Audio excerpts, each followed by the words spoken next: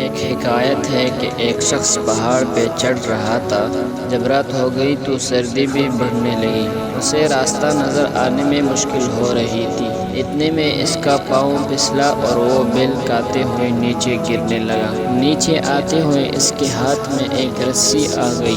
اس نے رسی کو مضبوطی سے پکڑ لیا۔ اندھیرے اور دھند کی وجہ سے اسے نیچے کچھ نظر نہیں آ رہا تھا کہ وہ کتنی بلندی پر ہے۔ اس نے اپنے خدا کو آواز دی کہ مجھے بچا لو۔ آواز آئی کہ رسی چھوڑ دو تم بچ جاؤ گے۔ اسے شک ہوا کہ یہ خدا کی آواز نہیں ہو سکتی، بھلا خدا مجھے کیوں نیچے گرائے گا؟ اس نے دوبارہ آواز دی مجھے بچا لو۔ دوبارہ آواز آئی رسی چھوڑ دو تم بچ جاؤ گے۔ اب اسے یقین ہو گیا کہ یہ خدا کی آواز نہیں ہے۔ رسی کو تھامے ہوئے کافی دیر ہو گئی تھی اور وہ تھک چکا تھا۔ اس نے اپنے آپ کو رسی سے باندھ لیا۔ سخت سردی کی وجہ سے اس کا جسم جم گیا تھا۔ صبح لوگوں نے ایک عجیب منظر دیکھا۔ اس کی لاش رسی سے بندھی ہوئی تھی اور حیرت کی بات یہ تھی کہ اس کی لاش میں اور نیچے زمین میں صرف 2 گز کا فاصلہ تھا۔ اگر وہ بات مان لیتا اور رسی چھوڑ دیتا تو وہ 2 گز سے بآسانی سے بچ سکتا تھا۔ آپ کی لائف میں جو بھی مسئلہ ہے، پریشانی ہے یا تکلیف ہے، کبھی اللہ کی بھی